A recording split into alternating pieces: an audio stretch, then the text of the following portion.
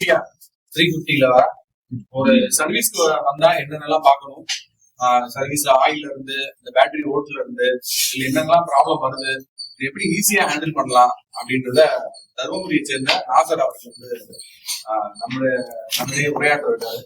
நான் பேசுறேன். அனைவருக்கும் வணக்கம். என் பேர் நாசர்.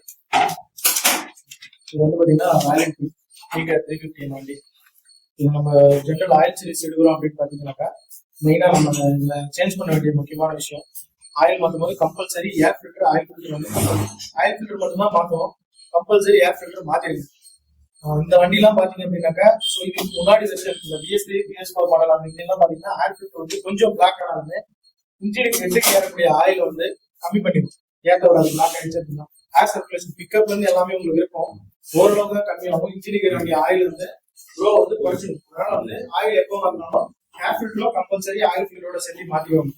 சப்போஸ் சர்வீஸ் பண்ணல அப்படின்னா கூட ஆயில் மாற்றும் போது மாற்றிடும். அதே மாதிரி இதுக்கு சர்வீஸோடைய டைமிங் பார்த்தீங்கன்னா கம்பெனில வந்து 8000 கிலோமீட்டர் 10,000 கிலோமீட்டர் தர மாதிரி நம்ம தரக்கூடாது.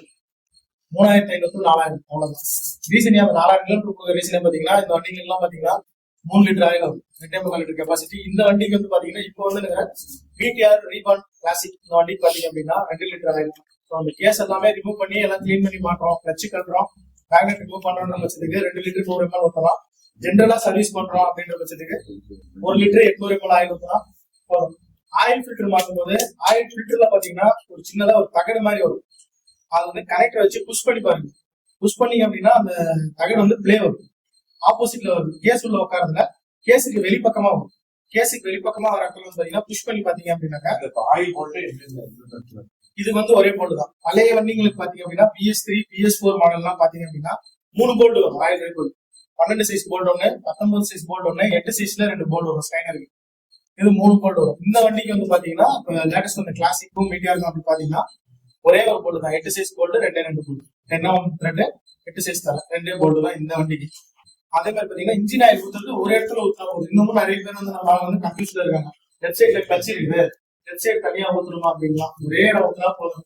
நம்ம ஆயில் லெவல் கேப் பாக்குற அந்த ஸ்டைனர்லயே நம்ம ஊத்துறோம். சரி, கோல்டு புல்லட் கிடையாது, நான்விசி இன்ஜினும் கிடையாது. நான்விசி இன்ஜினுக்கு நீங்க கிளச்சுக்கு தனியா போடணும், இன்ஜினுக்கு தனியா போடணும், கியர் பாக்ஸுக்கு ஆயிலும் பேஸும் யூஸ் பண்ணி அது தனியா ஊற்றணும்.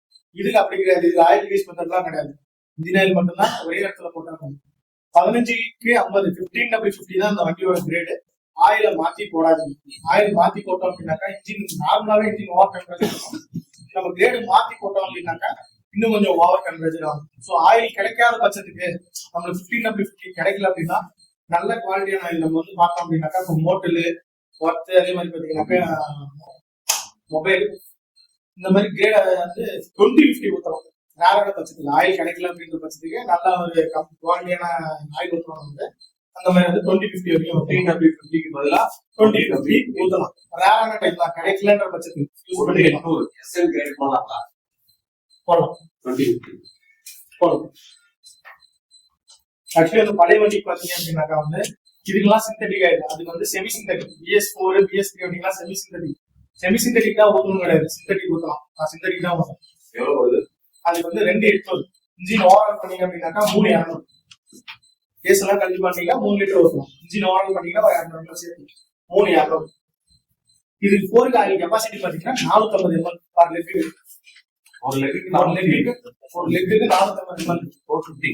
ஆயில் மட்டும் ரீப்ளேஸ் பண்றோம் அப்படின்னாக்கா, நம்ம கழுவிட்டு மாற்றோம் அப்படின்னாக்கா 460 ஊற்றுறோம். 460க்கு 460 ஊற்றாங்க. 470 வச்சுக்கோங்கன்னா 460 ஊற்ற முடியும். கழுவிட்டு ஊற்றினா 470 எடுக்கிறோம். ஒரு டியூபுக்கு 470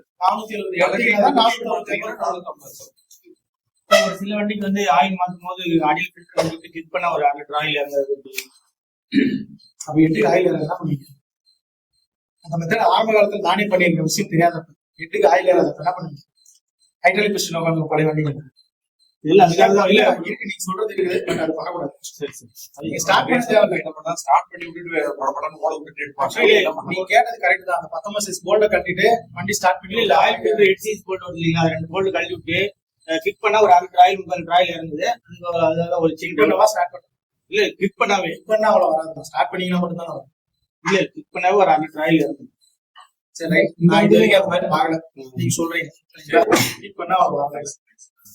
இந்த வண்டியில பாத்தீங்க அப்படின்னாக்கா BS6 வந்து 2 மாடல் இருக்கு. முதல்ல வந்து இன்ஜின் யூசி இன்ஜின் வந்து இது ஒரு இன்ஜின் சரிங்களா. யூசி இன்ஜின்ல பாத்தீங்க அப்படின்னாக்கா ஸ்டார்ட் பண்ணோம் அப்படின்னா கம்பல்சரி ஹெட்லைட் இது. அது வந்து நம்ம த்ராட்டில் கொடுக்கும்போது தான் 14.30 14.60 அந்த மாதிரிலாம் வந்து ஓல்டு போகும். அது மாதிரி போச்சுன்னா நார்மல். இந்த வண்டிகளை பொறுத்த வரைக்கும் நம்ம த்ராட்டில் கொடுக்க கூடாது. த்ராட்டில் கொடுக்காமலே ஸ்டார்ட் பண்ணி அப்படியே விட்டுட்டோம்னா 14 தாண்டும். த்ராட்டில் கொடுக்காமலே ஹெட்லைட் எரிஞ்சிருக்கும் போது 14 தாண்டினா மட்டும்தான் வண்டியில வந்து ரிட்டர்ன் சார்ஜ் கரெக்டா இருக்குன்னா நம்ம லைட்டா த்ராட்டில் கொடுக்கும் போது 14 கிட்ட வருது. இல்லைன்னா 13.80 அந்த மாதிரி தான் இருக்குன்னா ரெகுலேட்டரோ மேக்னெட் காயிலோ இதான் வந்து கம்ப்ளைண்ட் இருக்கு. அப்படி இல்ல ரெக்கமெண்ட் நல்லா இருக்கா வயரிங் லீக்கேஜ் எங்கேயோ இருக்கு. பேட்டரி இஷ்யூஸ் வந்தாலும் இந்த பிரச்சனை வந்து நாளைக்கு இந்த மாதிரி வரும்போது ரெகுலேட்டர் போயிடுச்சு அப்படின்னா கம்பல்சரி மேக்னெட் காயில் மாத்திடணும் கூட. மேக்னெட் காயில் லைட்டா கருகிச்சு அப்படின்னா ரெகுலேட்டர் 6 யூனிட்டும் சேர்த்து மாத்தணும். அது நல்லா இருக்கு இது மட்டும் மாத்தினா போதும்னு மாத்தாதீங்க. கொஞ்ச நாள்ல கண்டிப்பா கம்ப்ளைண்ட் வந்துடும். இது நான் தெரிஞ்சுக்கிட்ட தகவல். இப்ப நான் உங்களுக்கு கொடுத்தது இந்த மேக்னெட் காயிலோ ரெகுலேட்டர் அந்த கம்ப்ளைண்ட் வந்து ரீசெண்டா ஒரு 2 மாசத்துக்கு முன்னாடி நான் தெரிஞ்சுக்கிட்ட விஷயம். நான் பார்த்து தெரிஞ்சுக்கிட்ட விஷயம். இந்த வண்டிக்கெல்லாம் பாத்தீங்க அப்படின்னாக்கா உங்களுக்கு ரெகுலேட்டர் வந்து கீழே வரும். பின்னாடி மெத்தடு கீழே வரும். கொஞ்சம் சிரமமா இருக்கும். கழட்டி மாட்டும் போது பார்த்து கழட்டி மாட்டிடும். மற்றபடி வந்து பாத்தீங்க அப்படின்னாக்கா பேட் எல்லாமே காமன் தான். எல்லா வண்டியும் கழட்டி மாற்ற மாதிரி தான். இன்னொன்னு பேட் வந்து கம்மி ரேட்ல கிடைக்கிறது வாங்கி போடுறாதீங்க. அந்த பேட்ல வந்து பாத்தீங்க அப்படின்னாக்கா சின்ன சின்னதா பர் வரும் கோல்டு கலர்ல. அது இருந்தா மட்டும்தான் உங்களுடைய வண்டியில இருக்கிற டிஸ்க் பேட் வந்து லைஃப் வரும். இல்ல அப்படின்னாக்கா சீக்கிரமா வந்து டிஸ்க் பேட் வந்து போயிடும். இன்னொன்னு டிஸ்க் பிளேட்டும் வந்து போயிடும். அது இருந்தா நீங்க ஒரிஜினல்ல இருக்கிற ரீசன் வந்து பாத்தீங்கன்னா இதுதான். இந்த சின்ன சின்ன பர்னர்ல இருக்கிறதுனால தான் வந்து லைஃப் வருது. டாட் 4 ஆயில் மட்டும் தான் யூஸ் பண்ணணும். டாட் 3 எல்லாம் போடாதீங்க. டாட் 4 ஆயில் மட்டும் தான் யூஸ் பண்ணணும். டாட் 4 போட்டு இருக்கிறதுல நீங்க டாட் 3 போட்டீங்கனாலோ இல்ல நீங்க டாட் 3 தான் இருக்கிறதெல்லாம் யூஸ் பண்ணிட்டு இருக்கா அப்படின்ட்டு அதை வாஷ் பண்ணி கிளீன் பண்ணாம டாட் 4 போட்டீங்க அப்படின்னாலோ உள்ள ஓரிங்லாம் உபயோகம். இதுவும் பிரேக் ஆயில தானே இருக்கு, அதுவும் பிரேக் ஆயில தானே இருக்கு. ஒன்னும் அது என்ன வித்தியாசம் அப்படின்னு கேட்டீங்கன்னாக்கா சோ என்ன அப்படின்னாக்கா அந்த ரெண்டுமே லிக்விட் மாதிரி தான் இருக்கும். அதனுடைய திரவத்துக்கும் இதுக்கும் வந்து வித்தியாசம் இருக்கு. ஸோ அதனால வந்து இந்த வண்டியில வந்து டாட் 4 மட்டும் தான் போகும். அவ்வளவுதான் சொல்லணும். லூப் வந்து பாத்தீங்க அப்படின்னாக்கா வாட்டர் வாஷ் பண்றதுக்கு முன்னாடி ஆயில் போட்டு வாட்டர் வாஷ் பண்ண வேண்டிய பழைய ஆயில் போட்டு ஓட விட்டு ஒரு 5 நிமிஷம் வண்டி நிப்பாட்டிட்டு அதுக்கப்புறமா கெரோசின் வச்சு வாஷ் பண்ணிக்கணும். சரிங்களா? ஆமா. காரணம் என்னன்னு பாத்தீங்கன்னா நிறைய கஸ்டமர் வந்து பாத்தீங்கன்னா நம்ம என்ன சொன்னாலும் மெயின்டைன் பண்ண மாட்டாங்க. சரி. ஸோ ரஸ்டிங் பிடிச்சிருக்கு. இந்த செயின் வந்து எப்படி பராமரிக்கிறது அப்படின்றத தெளிவா சொல்லிட்டு இருக்காரு. ஏன்னா இது ரொம்ப முக்கியமான ஒரு சப்ஜெக்ட் தான் சொல்றாரு. கொஞ்சம் பேசுவோம். நம்ம அந்த பழைய போட்டு ஊற விட்டு செயினை அதுக்கப்புறம் வாஷ் பண்ணோம் அப்படின்னாக்கா நீங்க நார்மலா வாஷ் பண்ணும் போது கிளியரா வந்தாங்க ஒரு 30% சேர்ந்தாங்க. வாஷிங் பண்ணி முடிச்சு அடுத்த கொஞ்ச நேரத்துல அந்த டிராப் ஆயிட்டு இருக்கிற டீசலோட அப்ப என்ன பண்றோம் அப்படின்னாக்கா அப்பயே லூப் பண்ணி நிப்பாட்டிடலாம். லைட்டா லூப் பண்ணி நிப்பாட்டிட்டோம் அப்படின்னா செயின் வந்து பாத்தீங்கன்னா ஓடிட்டு இருக்கும். நம்ம இப்ப வண்டி சர்வீஸ் முடிச்ச அப்புறம் செயின் ஸ்ப்ரே பண்ணியோ லூப் பண்ணியோ இறக்கிட்டு வண்டி அப்படியே ஓட்டணும்னா நம்ம போறதெல்லாம் முக்கால்வாசி அப்பயே கொஞ்சம் போட்டு நிப்பாட்டிக்கலாம். நம்ம முடிச்ச அப்புறம் பாத்தீங்க அப்படின்னா கஸ்டமர் முன்னாடி அடிச்சு கொடுக்குற மாதிரி இருந்தா கொடுக்கலாம். இல்ல அப்படியே கூட